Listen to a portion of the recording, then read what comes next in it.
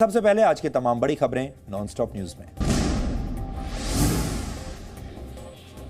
सरकार और किसानों के बीच आज छठे दौर की बातचीत हुई। इस बातचीत में दोनों पक्षों के बीच 2 मुद्दों पर सहमति बनी।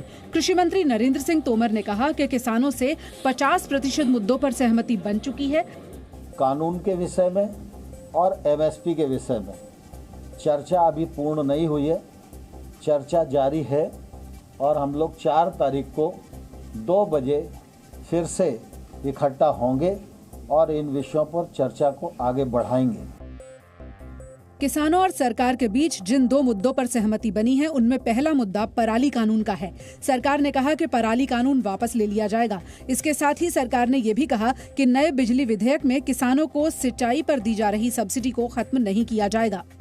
दिल्ली के विज्ञान भवन में आयोजित आज की बैठक में सरकार की ओर से कृषि मंत्री नरेंद्र सिंह तोमर, वाणिज्य मंत्री पीयूष गोयल, वाणिज्य राज्य मंत्री सोम प्रकाश के साथ कई विभागों के सचिव और 40 किसान संगठनों के नेता शामिल हुए। किसानों ने आज भी बैठक के दौरान खुद का लाया हुआ खाना ही खाया। केंद्रीय मंत्रियों ने भी किसानों का लंगर खाया। किसान संगठनों ने सरकार के साथ आज हुई बातचीत पर संतोष जताया है। 5 घंटे तक चली बैठक में थोड़ा सरकार झुकी तो किसानों ने भी अपना रवैया थोड़ा नरम किया। बैठक के बाद किसानों ने कहा कि बिजली बिल और पराली कानून को वापस ले लिया गया है। 4 जनवरी को 7वें दौर की बैठक से पहले किसान संगठनों के नेता 2 जनवरी को सिंघू बॉर्डर पर बैठक कर अपनी रणनीति तय करेंगे। शुरुआत एक अच्छी हुई, 35 दिन बाद ही ठीक है, लेकिन एक शुरुआत हुई। सरकार ने भी कुछ बातें मानी और किसान भी लगा हुआ है। उसने भी कल का जो ट्रैक्टर रैली थी उसको स्थगित कराया।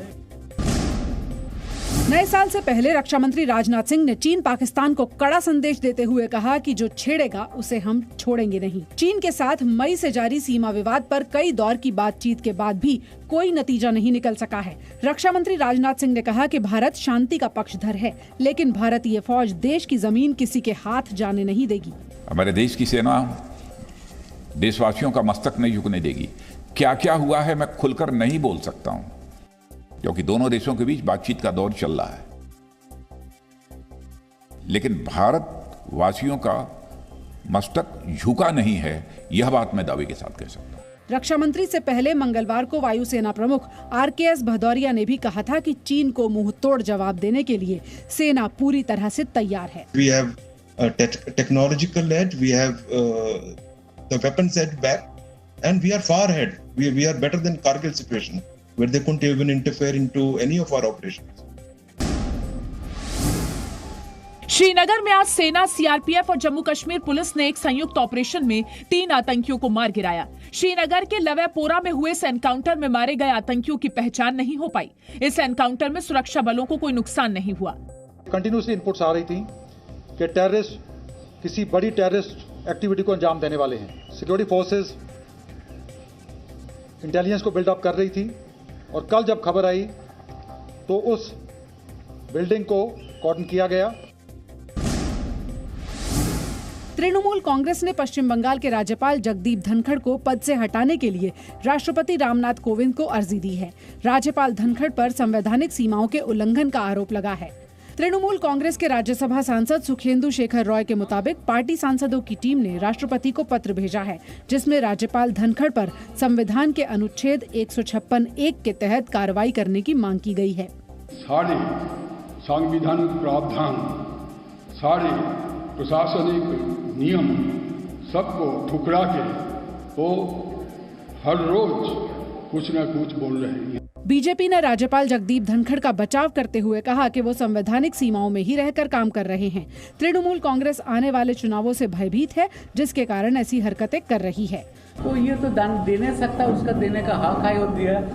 क्या होगा नहीं होगा ये राष्ट्रपति जी विचार करेंगे। बीजेपी ने पश्चिम बंगाल में सोनार बांग्ला कैंपेन की शुरुआत की, जिसमें कहा गया कि पार्टी बंगाल की आर्थिक हालत, स्वास्थ्य और संस्कृति पर चर्चा करेगी।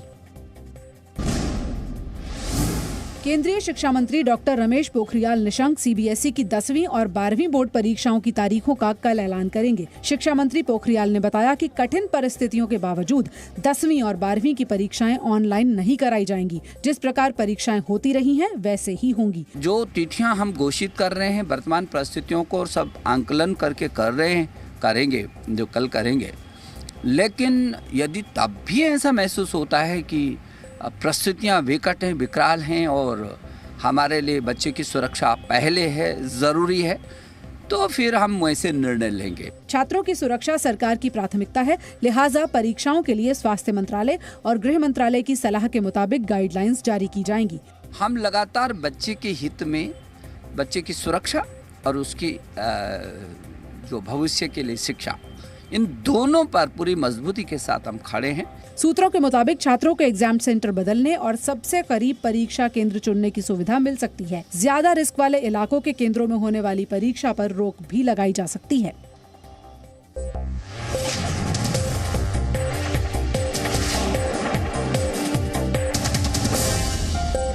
Presenting B News app, available on Google Play and App Store. Download it now.